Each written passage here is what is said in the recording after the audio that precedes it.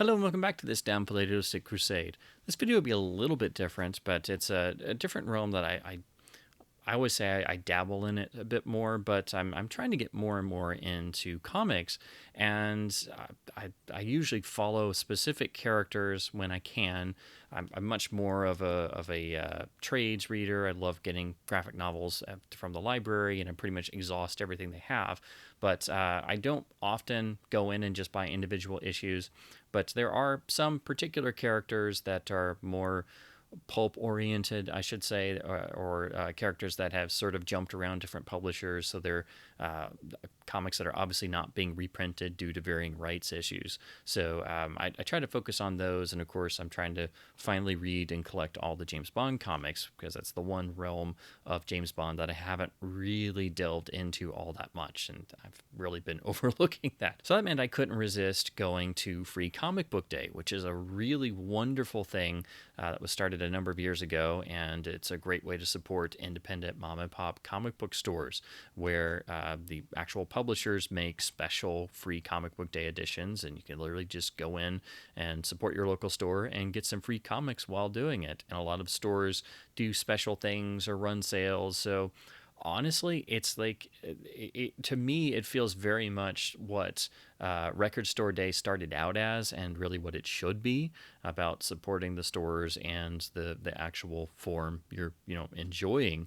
And I think it's a wonderful way to encourage new readers and encourage kids to pick up comics because they can just literally go in and grab a couple really interesting, cool looking books and check them out for themselves and get some new experiences.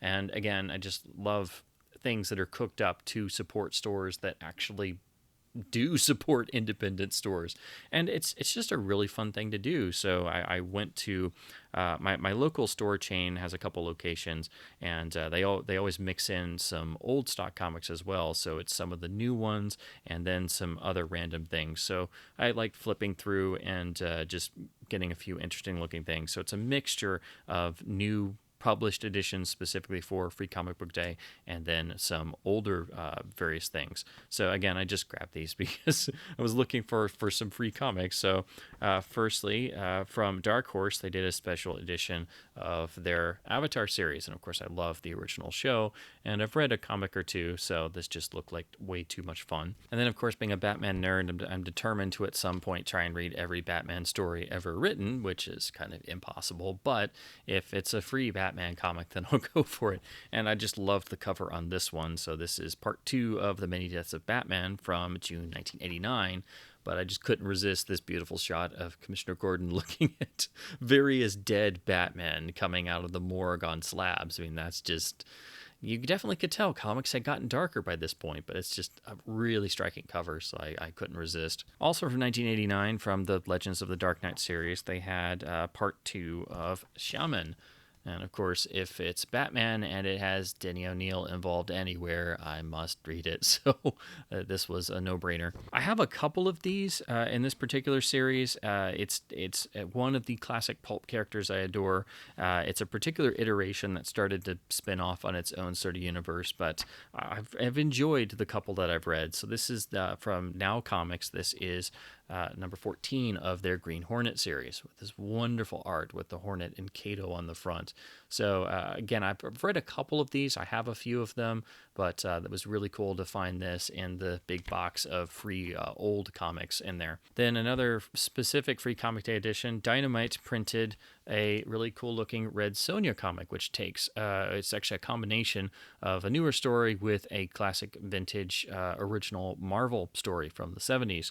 And now that I've finally started reading a lot of Robert E. Howard and the classic Conan stories, I've been curious about looking at some of the various comic spinoffs. So this was just perfect. This is another free comic edition that, again, I've not read this series, but it just looked too cool for words, mixing pulp elements with essentially elements of the Dracula story. So this is a special edition of number 1 of Silver, and it's a wonderful black and white comic that just looked too cool for words. So again, mixing classic pulp style adventure storytelling with, you go to page 1 and you see Jonathan Harker and Mina Harker getting name drop is like, okay, I'll take this one too. Of course, it helps that you have, various comic legends, giving it blurbs on the front. Now, they had a ton of these because I guess, they printed a ton of these back in the day, but part of right after the Death of Superman arc, they did some interesting new Superman comics of various replacement characters. So these are two more of the die cut special comics introducing these other alternate Superman. I have the one that's matching that it is the first real appearance of Steel. So these are just the other two of these three, and they have these fun die cut covers with the Superman logo and then sort of a nice hero promo shot of the particular character. Then from Epicenter Comics, this one looks super cool, so I wanted to try it. Also for the specific Free Comic Book Day, this is Tex in the Land of the Seminoles. So this is a fun-looking Western type, I guess maybe more of a revisionist type Western with a lot of pulp elements, and it's also in black and white, which looked really, really fun. So again, anything with pulp elements, I'm totally there. So this looked like a lot of fun. And then to round it out, because I went 2 different days, so I could get 5 free ones a day, and I had fun just sort of looking around at all the different comics. They had one of the old Tomb Raider comics, so this is from 2000. I've never actually read any of the Tomb Raider fiction outside of playing the original games and then the reboot trilogy, but this just looked like a lot of fun, and it was a nice looking cover too. And then I was able to pick up a few really cool trade paperbacks and some that I've been trying to find for ages. So to go through these really quickly, this first one, as a giant Leone nerd, I don't know how I hadn't heard the fact that Dynamite had actually picked up the license to the Dollars trilogy, essentially. And they did a Man with No Name series that's got 2 different trades that I'd love to check out, but I've stumbled across the trade of The Good, the Bad, and the Ugly that they did. So this is, as far as I can tell, retelling some of the events of the film, but also extenuating circumstances for new story arcs. But what interested me most is that this was primarily written by Chuck Dixon, who is one of the great comics legends, and just always fun to read his work. So I was just really excited to check this out. It is, more modern in terms of design, and obviously I guess they couldn't license Clint Eastwood's likeness, but still, I'm really excited to check this out because I had no idea that there were Leone-inspired comics directly now. Then next, because I am a gigantic fan of Zorro, and I'm trying to read all the various Zorro comics, they had one of the spin-off characters, Dynamite's trade of Lady Zorro. This is the trade entitled Blood and Lace. I know a little bit about the character, and I've read some stories with this particular female version of Zorro, but I've never read a whole lot of them, so this should be a lot of fun. And just look at the cover. It just screams fun, doesn't it? And then bringing together a lot of my favorite classic characters, I was able to get the trade paperback of Dynamite's Mass series. I have most of the individual issues, but this series brings together a number of the classic iconic characters, primarily the Shadow, along with the Green Hornet and Kato, and even Zorro as well. So I wanted to read this series as soon as I heard they somehow brought the Shadow and Zorro together, and then having other classic characters like the Green Hornet and the Black Bat and the Master of Men himself, the Spider. It just added fuel to the fire. So I'm really happy I was finally able to get the trade paperback version. And there is another Mass series as well that I need to get, but this I've just been wanting to get the trade paperback for too long. And then lastly, this one I was most happy to find. These have really dried up, so they're not very common, but I was able to get another of Moonstone Comics trade paperback editions of their Phantom stories.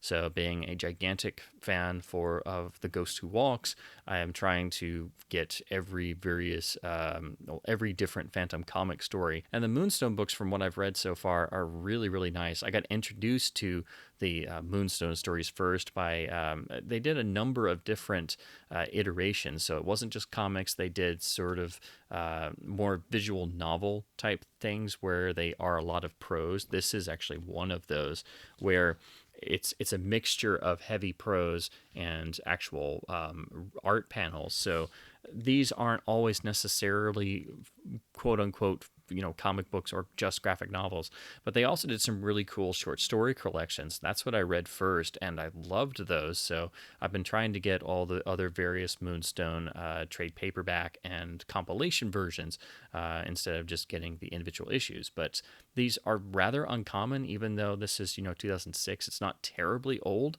but usually if you're trying to find these, they do cost a bit more, simply because I guess they didn't have the biggest print runs in the world, and obviously are no longer available. But I was really happy to chip off another of the Phantom Moonstone trade paperbacks I needed. So that's what I picked up heading to my local store on Free Comic Book Day.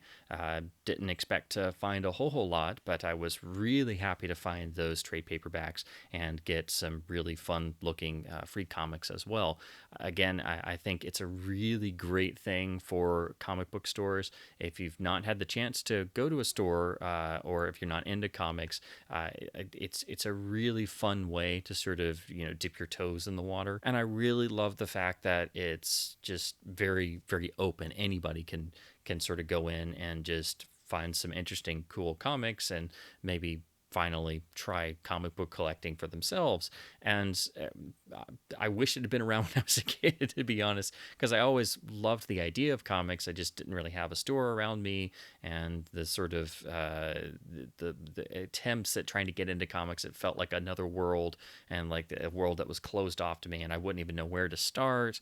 And it wasn't until years later that I started reading graphic novels and getting comic books and trade paperbacks from libraries. I was able to finally start, reading anything I could get my hands on, and so I think it's a great way to sort of get into comics and support local independent comic stores, which could use all the help they can get, because they're not in it to make money. They're in it for the love of the format. So again, if you can, support your local independent comic stores, and the next time Free Comic Book Day rolls around, pop in and see what maybe turns up or what grabs your eye. And I think it's really cool. All the publishers do special books exclusively for Free Comic Day, even though there's obviously not really any money in it for them because it is free, unlike Record Store Day. So again, I just think it's such a cool thing, and I hope that it helps more and more people start getting into comics and supporting their local independent comic retailers. So with that, please leave any comments you have below, maybe some stuff you picked up for Free Comic Book Day or things you might be interested in. And as always, thanks ever so much for watching.